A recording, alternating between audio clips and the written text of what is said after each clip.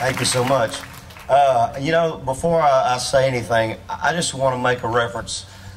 You know, there's so many communities in the country, and I'm a big student of politics and the things that are going on around the world. And there's so much friction towards Christians and toward the mix of politics and religion. It is wonderful to live in a county and a place where we are still able to stand out in public and give thanks to our Lord and to acknowledge the flag that we should be thankful for and honor all the young men and women that have died protecting our freedoms. If I don't impress you with anything else, it is wonderful to be in a county where we are still allowed to express those faiths. You know, I bought my first home in Mount Juliet in 1993, and since then I've lived in 3 different locations.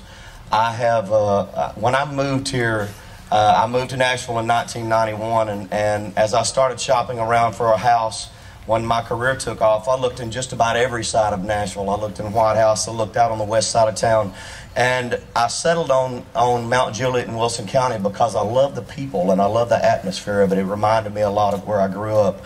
It was that small town environment where neighbors helped neighbors, but it was close enough to downtown where I could hop on the interstate and I could be at my office in 30 minutes to do the business that I needed to do.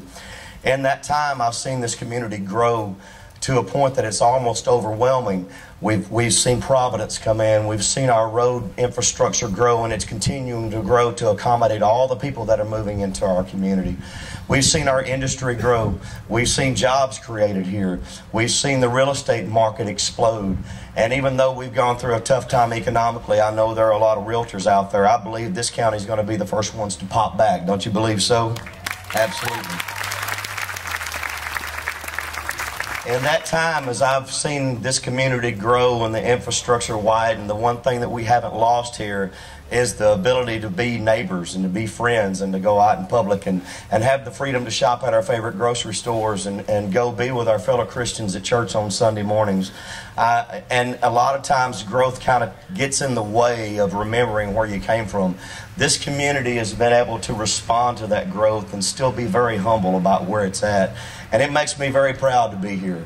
I'm proud that my children are able to go to Friendship Christian School, and I know a lot of the teachers, and I know the values that they instill in our children, and I watch those families grow, and it's overwhelming to know that we still have a place like this in the United States.